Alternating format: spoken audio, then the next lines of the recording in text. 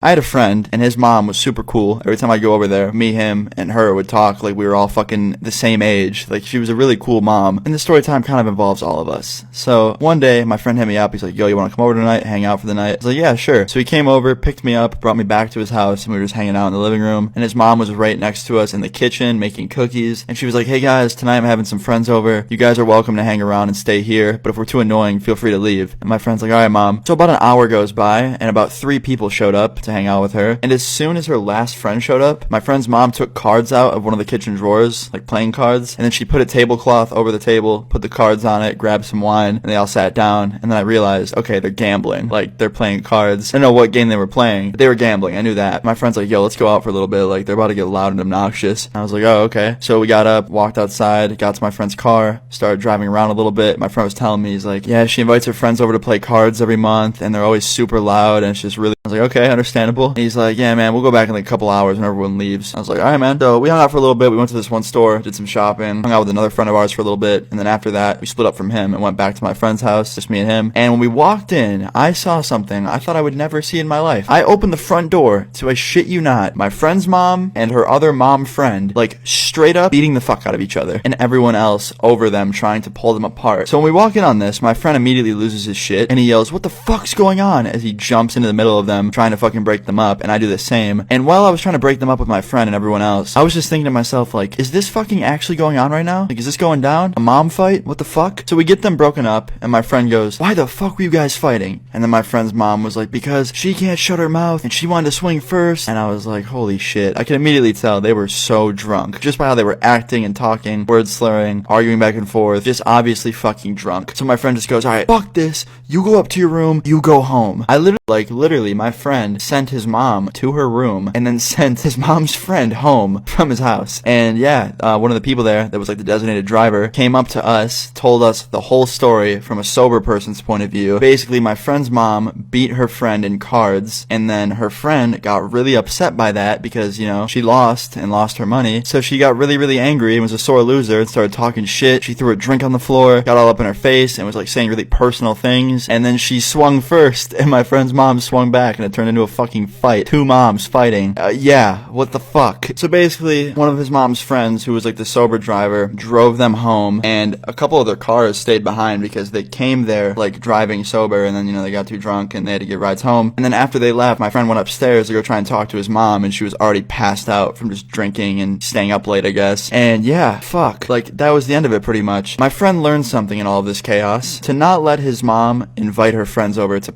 My first girlfriend was crazy. And listen, I don't like calling women crazy. In fact, when men have always said that, I've been like, is she crazy? Or did you do something to make her crazy? But my first girlfriend was just fucking crazy. See, I went to a women's college specifically because I thought it would be easier to get a girlfriend. And I was right. I did get one. Her name was Ray, short for Rainbow. We had met in dance class. She was really mean to everybody else but me, and I really liked that because of my mommy issues. And she was also kind of really hot. I will give it to her, you know?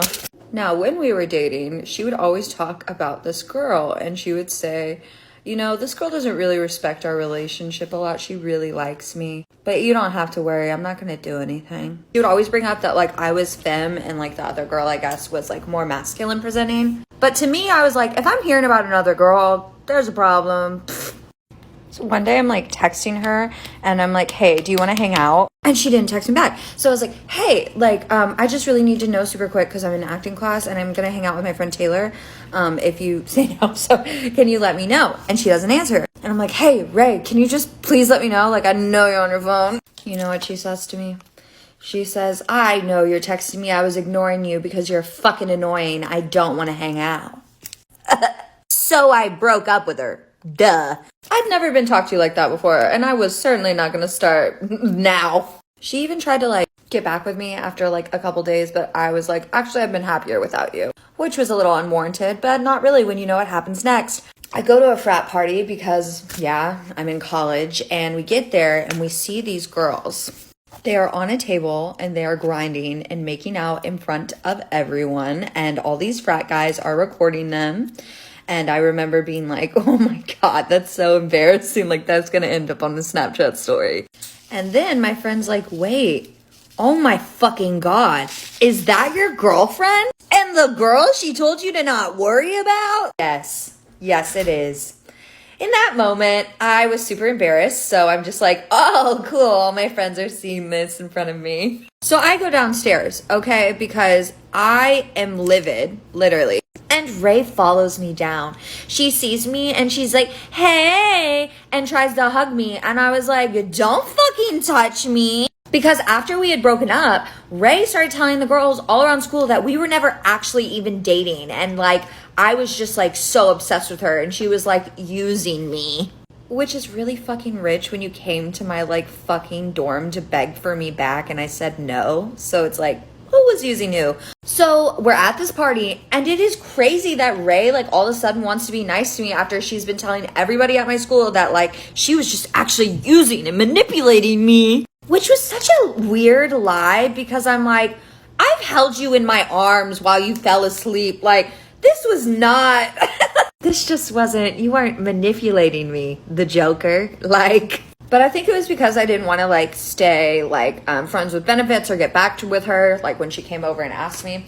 So when she had came up to me at this frat party and all of a sudden like was wanting to hug me and shit, I'm like, do you think I'm fucking dumb? Oh my God, no.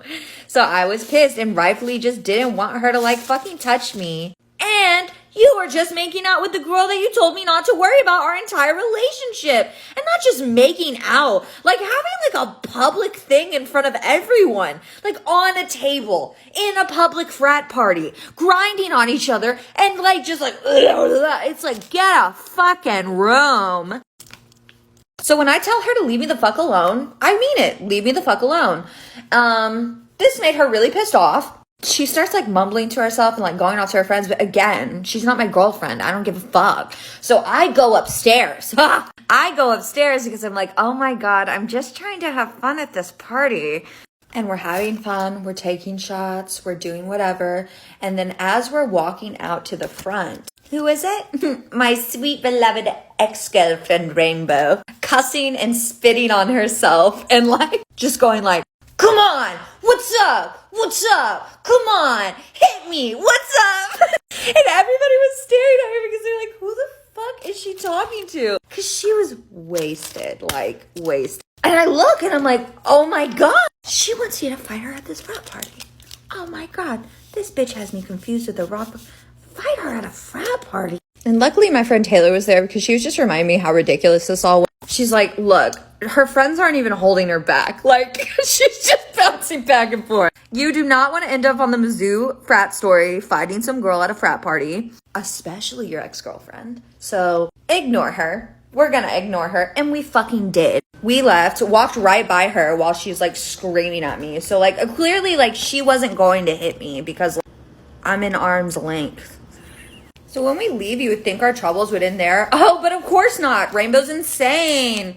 I wake up in the morning to the biggest fucking key mark I've ever seen on my Ford Fiesta. Meaning, because I wouldn't fight her, she went and keyed my car. Oh my God. After that, I didn't have many girlfriends. I guess women are just, fucking crazy, My 30 male wife, 32 female, gave away my dinosaur toy. Me and my wife have been married for 6 years. We have known each other for 16-ish years. I had my toy dinosaur for 29 or 28 years. My grandpa gave it to me when I was a baby. My grandpa has sadly died. Me and my wife have 4 kids together. I love my toy dinosaur. I've had it for so long. I have so many memories with it. Everyone I know knows how much this toy dinosaur means to me. I don't remember getting it, but I remember playing with it. I played with my grandparents with this toy dinosaur. I played with my kids with this toy dinosaur. My toy dinosaur isn't in great condition. It's missing its arm and toe. Also, I should have started this story like take a shot every time he says toy dinosaur. My wife and I got into an argument because I didn't make food for her because I was tired after taking care of our kids. She got really angry and went to our bedroom and left. I keep my toy dinosaur in my bedroom. When my wife came home, she brought burgers and had the biggest grin. She said to me, quote, I got rid of that stupid fucking toy dinosaur. I then ran upstairs and saw that it wasn't on the shelf. I looked everywhere in our room because she could have hid it, and I looked in her car. It was nowhere. I started crying a lot, and I went into our bathroom and cried there for 10 minutes. My wife came, and I asked what she did with my dinosaur. She said she gave it to a homeless shelter. My wife told me how, quote, "It's just a fucking toy dinosaur. Stop crying." I told her to leave because I didn't want to talk to her anymore. She left, and I cried in the bathroom for an hour. Eventually, my 8-year-old knocked on the door because she was hungry. I gave her food and kept crying. This happened a few hours ago, and I've been crying because this toy dinosaur means so much to me. She went to her friend's house, and she has been texting me and calling me saying how I'm overreacting. I want to know what I should tell my kids because I've been crying, and they have asked me why. I also want to know what I should do about my wife. Do I let her come back home? Do I forgive her? That's so mean. So fucking malicious. That's so fucking mean. At the end of the day, if it's something that's a sentimental value to someone, like, who are you to throw that away? He's had this thing his whole life. Yeah. And it's from a grandparent who has now passed. When I read the part where he was like, I want to know what I should tell my kids because I've been crying, and they asked me why. Your mom's a heartless bitch. Just kidding. I have something similar. You can't say that to your kids. No. But I have something similar where it's like, well, me and your mom are getting a divorce. I've, 26 female, been dating a new guy, 30 male, for 5 months. I like him. And he invited me to his parents' house for the long Memorial Day weekend. So the parents ordered takeout Friday night for everyone, and it's this extremely spicy Indian food. Not my first choice, but I'm going to try everything to be gracious. Wake up early Saturday at his parents' house. Feel a bit off, but maybe I just need breakfast. Meanwhile, the guy I'm dating and his father have planned a pre-breakfast run, and the dad is like really laying on the pressure. Reluctantly, I put on running shorts and whatnot and head out to the driveway with the two of them. After about 15 minutes, I had fallen a bit behind, and I was realizing something was very not okay in my body. The dad slowed down to shuffle next to me. Quote, "You okay? Oh no. Need a break? You look really white in the face." We were at least a mile from their house, standing on a fully quaint, tree-lined residential street with no public bathrooms or even woods, and I was not okay. I stopped shuffling. The guy I'm seeing responded to his dad's shout and ran back and put his hand on my back. All I remember is saying, "Don't fucking touch me right now." At a point of no return, "Leave me. Fast. Just run ahead. I'll meet you back at the house." Did they listen? You bet not. They insisted on staying and calling his mom to drive their car to pick us up. I couldn't even speak. I tried to walk towards a tree, but it was too late. I fully shit in the middle of the road. Not like a cute shit I could hide in my shorts. The kind of unforgivable and unspeakable shit where you have to flush the toilet a few times. A small, or maybe large piece of my soul and dignity was left behind on that street a few weekends ago. I fled the weekend trip early after my shower, making up an excuse. I have told the guy since that I just can't face him in person yet. Someone please help. There was a girl named Jessica Phillips that went missing in my high school. She went missing in the middle of our junior year. When her parents came out about it, the school put posters up everywhere, alerts on the news. 2 weeks later, they decorated her locker. Ever so often, I see her closest friend weeping during class, and the teachers would excuse them out. The devotion of love she was getting after she went missing was outstanding. But the thing is, no one liked Jessica. Actually, everyone hated her. Don't get me wrong, she was the most popular girl in school, but she was an asshole. She was very nasty and rude and did anything to get what she wanted. I heard she once gave this boy Ronnie peanuts for not doing her homework anymore. He wanted to get into sports and didn't have time for it, and he was allergic to peanuts. The girl was practically a bully. Her friends were all followers that secretly hated her but wanted to be her. But it's crazy to see them all crying over her whereabouts when they all wanted her gone. Jessica going missing didn't faze me. Actually, the days felt lighter when she wasn't there. Yeah, she was the talk of the town for weeks, but I'd rather that than to actually see her. And I know some might say I'm heartless, but Jessica did it to herself. So the night of Nicole's birthday party is when it all started. Nicole and Jessica were like frenemies. I mean, they were friends, but they were always in competition with each other. I'd say Nicole was the second popular girl in school. She was the first, but she dropped to second because she lost her boyfriend Luke to Jessica. He cheated on her with Jessica. I can say that's when the war started. Anyways, the night of Nicole's party, Jessica wasn't invited. I remember overhearing her during lunch that she was gonna plan to crash and ruin Nicole's party. Pretty devious if you ask me. So the night come and I go to Nicole's party. An hour goes by and I take a step outside of the side of the house to get some fresh air. I see Jessica creeping from the back. I say, "Jessica, is that you?" She looks at me and before I know it, someone grabs her face and pulls her into the bushes. So the night Jessica went missing, I saw exactly what happened. She tried to sneak into Nicole's party, but she actually didn't get in. Not only because she wasn't invited, but she had got pulled into the bushes. When I ran to see where she was pulled, she was dragged by two guys into the streets. I was in shock and I stood there for a few seconds, but those few seconds, Jessica saw me. She screamed for me to help her, but I just stood there. They threw her into a car and drove off. I went back to the party as though nothing happened. After the party was over, I went back home and I kept replaying what happened over and over. Then that next Wednesday is when everyone started hearing about Jessica going missing. They said if anyone ever saw anything to come forward, but I decided not to. There were moments throughout the week where I felt like I should say something, but there were times that I felt like it was too late. I thought maybe she was dead by now and it'd be pointless for me to come out now. But everything changed when I got a message from a block number saying, "Why didn't you save me?"